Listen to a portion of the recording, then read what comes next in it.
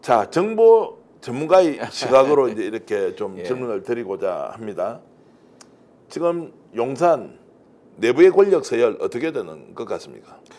뭐 제가 굳이 권력 서열을 정하지 않아도 권력 서열을 시청자들은 다 아실 것 같습니다. 왜냐하면은 국민의 선택은 윤석열 대통령이었습니다. 하지만 그 국민의 선택에 의해서 부여받은 권력은 다른 사람인 듯합니다.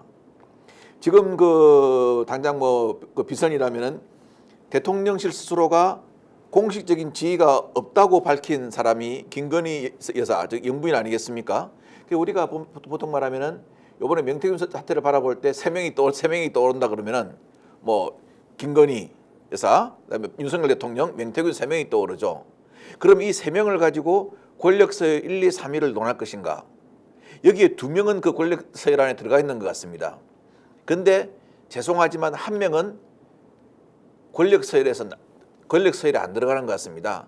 그러면 누가 들어갈 것인가 이렇게 이제 물어보시는 분도 계시더라고요. 예.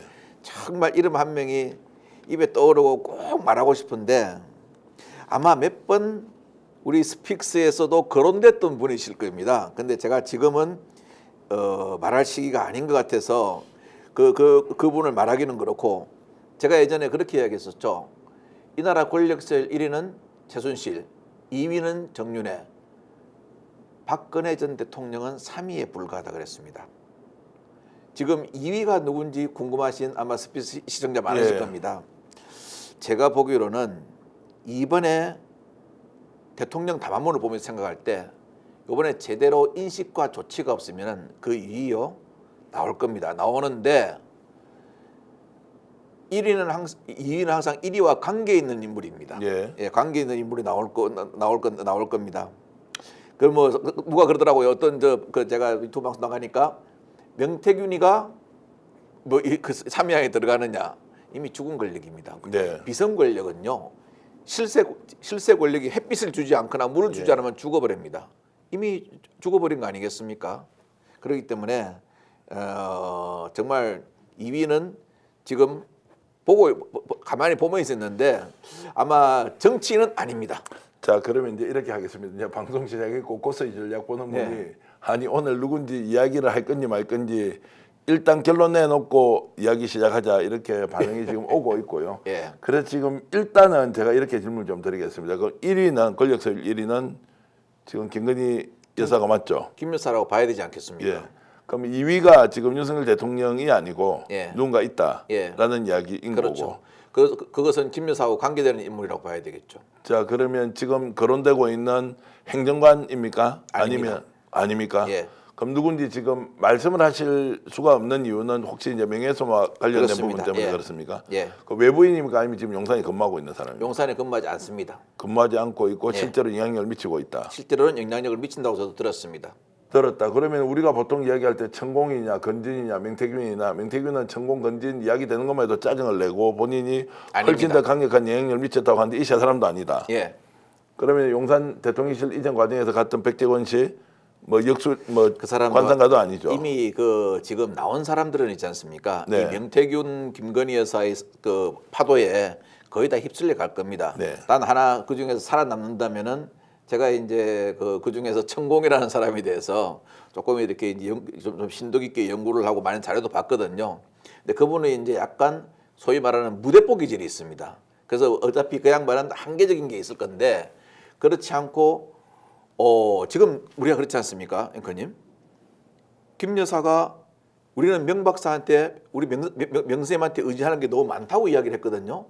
그러면은 또 대통령께서도 내가 어떻게 우리 집사람한테 그런 이야기를 하냐? 나는 우리 집사람 핸드폰을 볼 수 없어. 하지만 내가 자고 있으면 우리 집사람은 내 핸드폰을 볼 수 있어. 대통령과 영부인 중에서 어떤 사람이 국정이나 인사나 이런 데다가 막강한 그 실력을 행사하고 영향 끼치는 것은 이미 나왔습니다. 그러면 이 사람이 다음에 의지할 사람이 누군지를 우리가 한번 생각해 본다면은 새로 등장할 권력서열 2가 나오겠죠. 자, 그러면 실제로 명태균이 빠진 자리에 김건희 여사는 성향상 또는 의사결정의 그 이런 그 이제 방법 또는 이제 생활 패턴으로 봤을 때 누군가가 그 자리를 채우고 있을 것이다 이렇게 보시는 거죠. 누군가 지금쯤 아마 내가 누구를 또 믿고 의지하고 가야 될까라는 생각을 할 겁니다. 근데 명태균 사태가 한번 일어났기 때문에 네. 쉽게 선택은 안 할 겁니다. 그러나 의존하는 성향은 있고 그렇습니다. 그 사람이 누군지도 들었던 적이 있다는 말씀이죠. 예. 그런데 밝힐 수는 없다. 그거는 잘못 사치다면은 명예훼손에 크게 걸릴 수가 있습니다. 알겠습니다. 어쨌든 그런 인물이 현재는 존재하고 있다는 것 예. 정도로 가고요. 그러면 이제 용산 내부의 권력 서열은 1위가 김건희 여사, 2위는 땡땡땡, 3위는 윤석열 대통령이다 이렇게 이제 해놓고요. 예. 그러면은 이제 공식적인 라인에서 김 여사 라인이 완전 장악을 했고 윤석열 대통령 라인은 배제가 되었다라고 하는 소문이 있었습니다. 이 부분도 그렇다고 보십니까? 제가 그 민정 쪽의 사정 라인에 한 12년 6개월 13년을 근무하면서요. 그 대통령실에 오는 다양한 사람들 또는 대통령실에 큰 영향을 끼치는 비전들에 대해서 쭉 봤거든요. 특히 대통령실은 늘공과 어공으로 구성되어 있습니다. 즉 저희 같이 파견 나온 공무원이 있고 그다음에 정치권에 다 들어온 사람들 어공이 있거든요. 이 어공들은요. 권력이 어디에 있는가를 냄새를 맡는 데는 거의 동물적입니다. 따라서 그 권력을 따라갑니다. 저희야 국가 공무원이기 때문에 파견 나가면은 대통령의 의중이 중요하다고 그럽니다. 하지만 한번 예를 들어 볼까요? 박근혜 정권에서 문고리 3인방 누구하고 회의를 했습니까? 대통령하고 회의하지 않습니다. 권력의 힘이 어디서 나온다는 걸 알기 때문이죠. 제가 옛날에 근무했던 바에 의하면은 참 이렇게 말씀드리면 모르지만 결국 그분은 아버님이 조치를 했습니다. 자, YS 정권 시절에 현철 씨 있죠. 권력기관의 장에 대해서 장을 뽑는데 결정난 걸 고친 경우도 있습니다. 네. 그렇기 때문에 이 권력을 이렇게 가지고 하는 사람들은 누가 한 건지 알거든요. 그러면은 그걸 안 하기 위해서는 김라인을 갖다 그러면 김라인 장악에 힘을 빼야 되지 않습니까? 근데 대통령께서 대통령 담화 때 뭐라고 말씀하셨습니까? 할 수 없다고 말한 것 똑같습니다.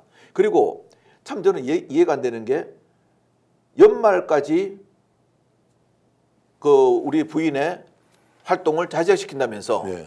이부속실을 두었거든요. 이부속실이라는 거는요.